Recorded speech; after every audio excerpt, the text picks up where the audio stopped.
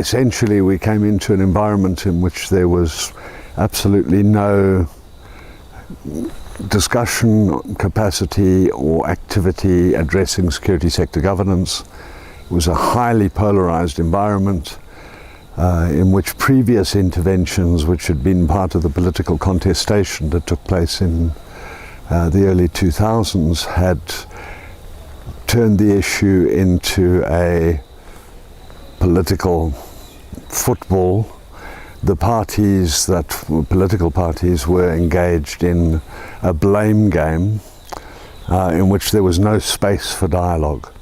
And so I think what defined our approach was initially trying to see what entry points were possible. How could we create a frame for a reasoned, coherent national dialogue? I think we recognized that the security sector governance issues were a very, very significant part of the conflict and of the challenges facing the country. And at that time they were acute, but of course they have a longer trajectory. We're coming out of a liberation struggle. Early processes of transformation really only dealt with addressing the colonial racist state. They didn't deal with democratization, with citizen security, with developing a service ethos in the security sector. There were a whole range of challenges. So if on that basis I was then to perhaps look at what was innovative about the way we approached the problem, it was to try to create a space for legitimate dialogue in the first instance, so that all the stakeholders and parties could actually enter into a meaningful exchange at a time when there was only a conflict over the issues.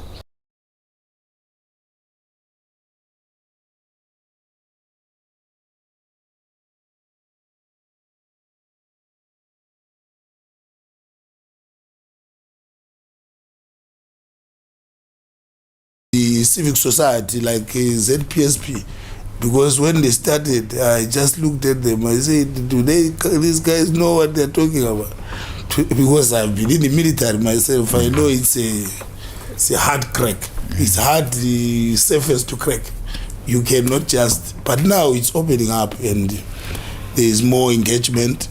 When you look at the background of the character of the board, they have a historic perspective to where the security sector came from, what the challenges are, what opportunities exist. The combination of the board members, from our past, it is the history that also keeps us together. This history is the will to continue revolution. So if you see me, Jeremy, Nyasha and Gula, we are at work. We feel, no, it's not done. In fact, the effort that ZPSP has made, that it is out of local concern and national concern and desire for positive outcomes that local people have come up with this thing.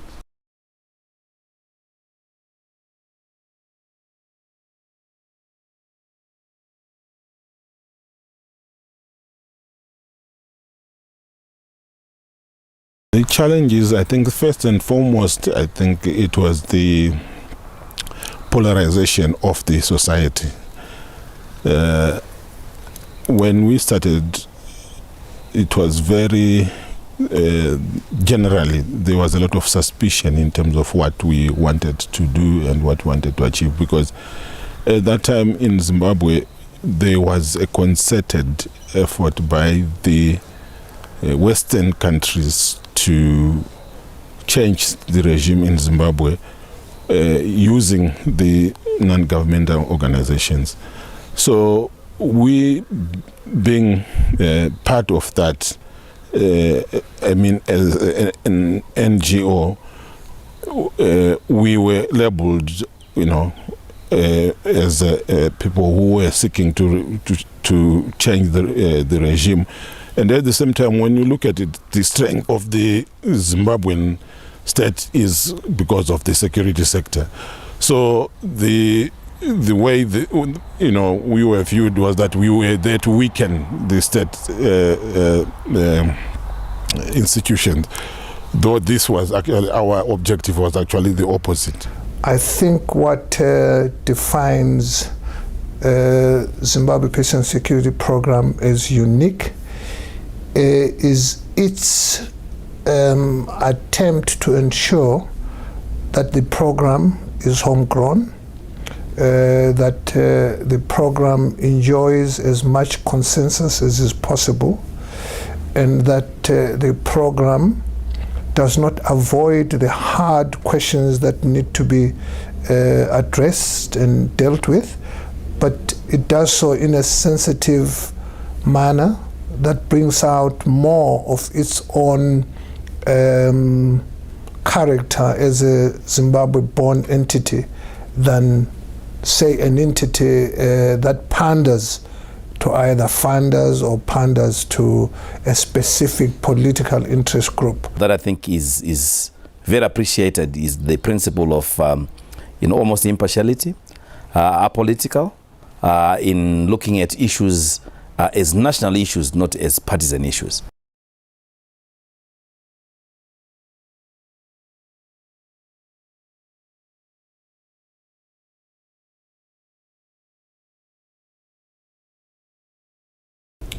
We, in our programming, have not gone for short-termism. We have opted for a long haul because we are aware you are not likely to transform these institutions overnight. Real human beings, including those in the security sector, don't exist in projects. They live broader lives, and those broader lives mean work. Of course, programs are about the budgetary realities. You have to have timelines, you have to have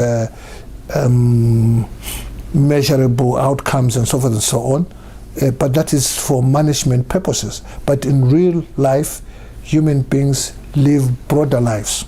And the role that they play, I don't think there's anyone who can replicate it at the moment. Some try, but it's a very strategic forum in that they are able to speak to the top brass in the army, they are able to speak to the top ministers of government.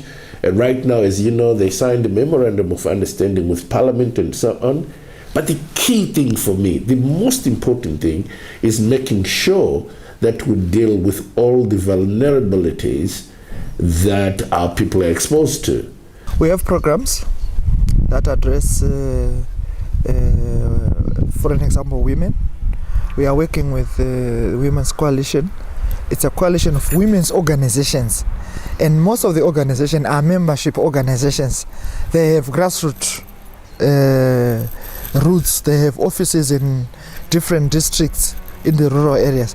So ZPSP is not like going in a village and call a meeting under a tree. No, we work through the institutions because there are several women's organizations. We are also working with academics at universities. We have a program that has even trained some teachers who are now in the process of making a curriculum that will include the subject of security sector in it. We have researchers who are also dealing with researching on areas of security, human security as well. We have people who are working in mines.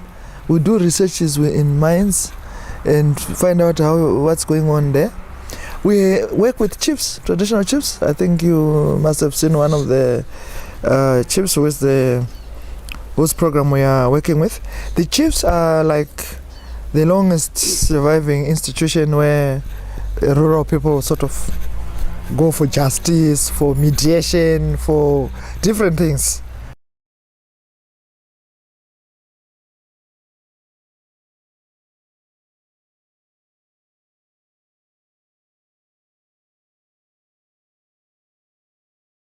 Freedom Nyambaya and Paul Tembanyati were members of the civil society who I interacted them before I knew that they were, or before they were appointed trustees of this organization. And it became easier for me to interact with them. How ZPSP, in partnership with all the partners, will handle the question of security sector transformation will become something that can rapidly benefit other countries. We have used a low-profile approach in engaging in the terrain. We have never featured in the media, for instance. We have never, confronted any state institution. We know their challenges, and we would like to engage together with these state institutions and non-state institutions to build a better Zimbabwe. And that engagement strategy is what is very unique from any other organizations that are trying to do this. Because most of them, they do the hard advocacy strategies. They want to go and confront and say this person is wrong and that one. For us, SST is not about trying to bring about change in individuals that are leading state institutions. It's about, institutional enhancement in service delivery, in this case, security as a service. What is evidence is the debate that comes, in the two houses, the quality of debate that the members bring, when it comes to issues that have got, relevance to issues of governance, relevance to issues of peace, relevance to issues of peace and security and transformation, if you want to put it that way. There is a deeper understanding from the members who have actually undergone some form of training. And I'm also very happy now that this training has been extended to traditional leadership, who also make part of the Senate. It was tremendous. I remember one of the meetings we had in Manicaland. It was quite awesome because we dealt with topics such as civil and military relations, and we had Brigadier Munemo.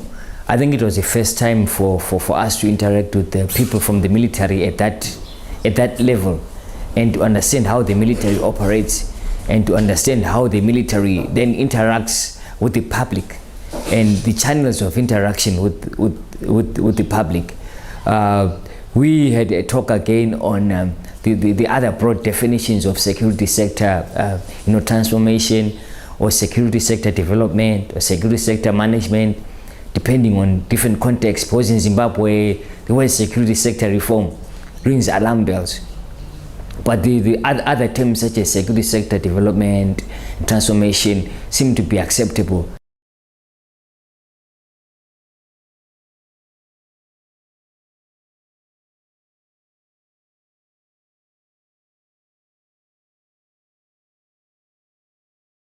I'm sure even elsewhere you'll find that SST is a government-led process. In Zimbabwe, ZPSP is actually facilitating, creating conducive environment for such a process to take place. And there is a huge challenge, but I think we have opened the space now.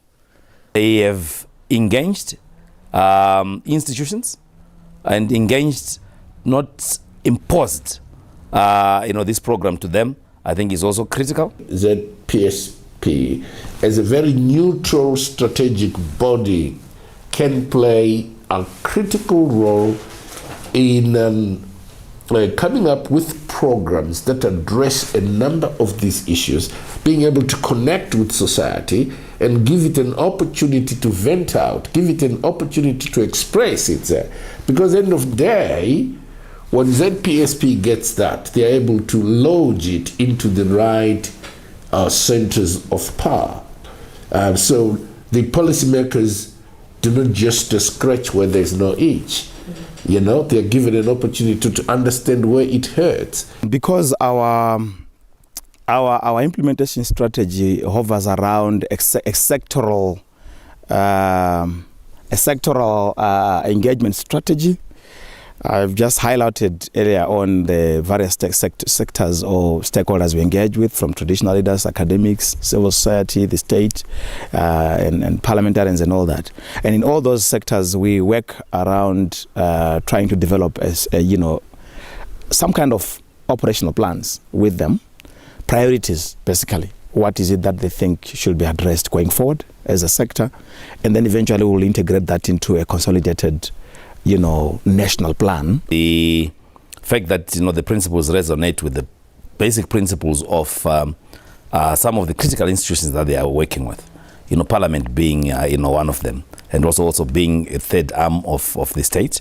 The issue of national ownership, for example, the issue of transparency, also founding principles of the institutional strategic plan of the Parliament of Zimbabwe. And they also bring lots of credibility, not only to the program, but also to what they are, what they stand for. And that credibility is what is bringing in the buy-in, that is coming in. And as a testimony of that is the memorandum of understanding that has just been signed between the Parliament of Zimbabwe and the Zimbabwe Peace and Security Program. Politically, to have it accepted, by way of having the parliamentarians involved, for me, a parliamentarian is someone who has been selected by people. If we can work a good program with the parliamentarians, we can go to the constituencies and do some work there.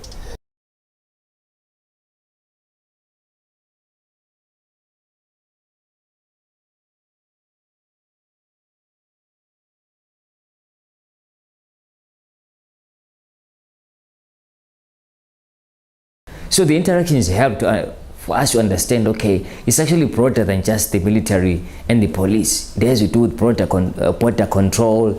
It has to do with even traditional systems of policing. I remember we were researching with the president of the Chiefs Council of Zimbabwe. That was very, very informative, because we work a lot with traditional leaders as well. So I found their work to be very instrumental in terms of broadening our collective understanding of the security sector. I think the issue of negotiation came out strongly, because you actually did practicals on that, and practical ways in which you could actually negotiate. So I found that to be very useful, because part of our work it has to do with conflict transformation, and you actually do training on conflict transformation. So I found that session to be very, very, very useful in terms of also being a tool for empowering communities, and also being a tool for the organization as well to negotiate with various service providers and stakeholders and power brokers and so forth. So from a personal point of view, I had a mediation background on military and security issues, and in approaching the challenges we faced here, I think I used many of the same tools we use in mediation. That is, for example, disaggregating positions from interests, creating circumstances and opportunities for the parties to actually engage in dialogue, trying to legitimize opinions of contesting views within the parties, trying to identify and analyze stakeholders and their interests. And I think that gave me a very useful entry point, which made it possible, together with the team that we've built, other members of the team having other experiences and other qualities to bring to the process, to build a team that had capacities. And I think one of the most successful attributes of this program has been that we set about building initially the small internal team at ZPSP, but then subsequently a much broader team involving partners on the state and non-state sectors who are part of the broader team. And I think creating an effective team and teams and negotiating spaces and processes is perhaps what we've done at ZPSP most successfully, given how sensitive and polarized the atmosphere was when we began the program.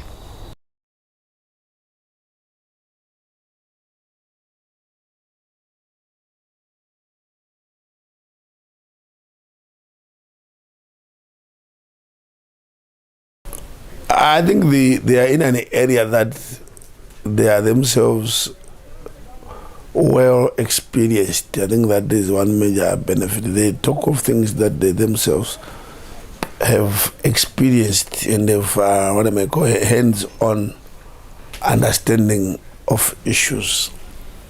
Even when you go to a meeting and you introduce, for example, Jeremy Hill as an ex-ZPRA personnel, that on its own brings a lot of interest from the audience itself to say, okay, this is a person who went and fought in a guerrilla war and is now coming to talk to us about living peacefully within the armed forces. And that on its own is a very big strength, and it has actually made ZPSP an authentic organization. And they also relate very well with the government. You know, our government is, if you have not carried a gun in the struggle, you cannot tell me what to do. So they are able to interact because they are viewed as people who understand the struggle. The major weakness is history. We have a history in this country where the interpretation, for instance, of the liberation struggle, if not carefully dealt with, becomes hostile to security sector transformation.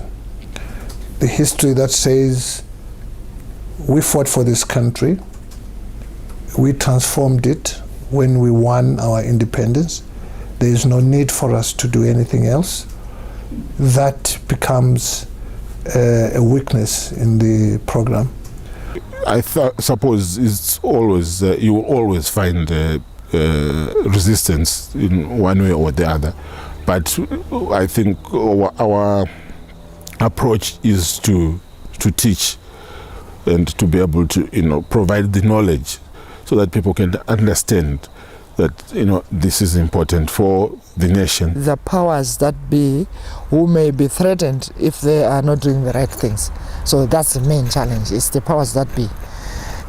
Otherwise, we are fine. Everyone likes the problem. It can only be the state machinery that will stop us, which has not happened.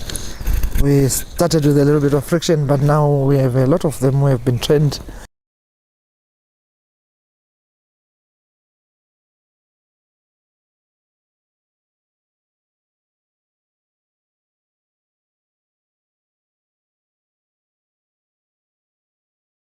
Other weakness also is that when you make a program such as this one, which is very complex, and you make it people-driven, it means at some point in time, your pace has to be determined by the slowest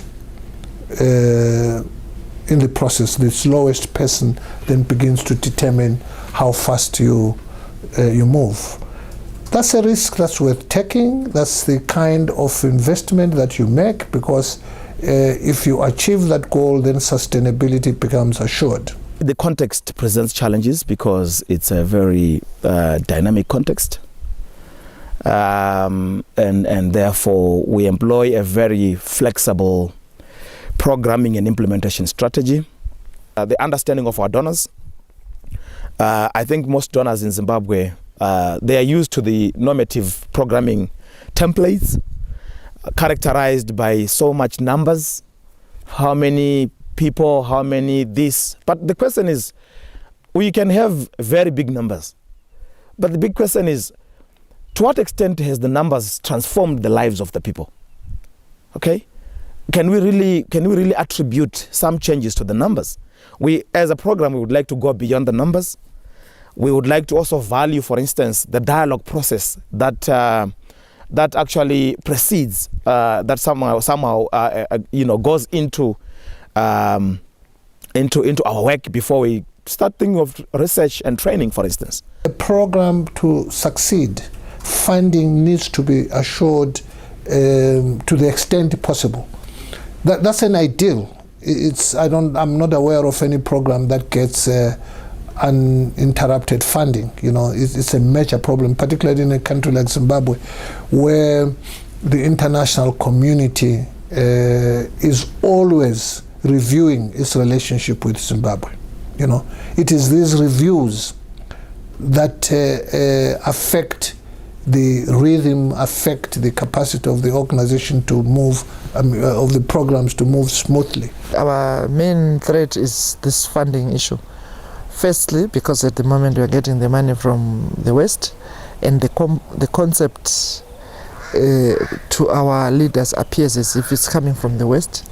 So when those countries and our country are not relating, sometimes we who are not part of it are affected. So that's another threat. Someone can just say, well, we're not financing any programs in Zimbabwe, even if it's a good program. The weaknesses lie in there. They are organizational, they are financial, they are logistical, but I don't think that ZPSP suffers from any strategic foresight deficit at all. I don't think so. And they see the energy of how we want to take this country forward, and we have this intergenerational engagement. So when you look at the implementing team, the team that they work with in terms of generations, and you look at the board and you see how they function in interaction in a space together, and you are a civic society partner, you see intergenerational engagement at play. We will still be open to what? To ideas.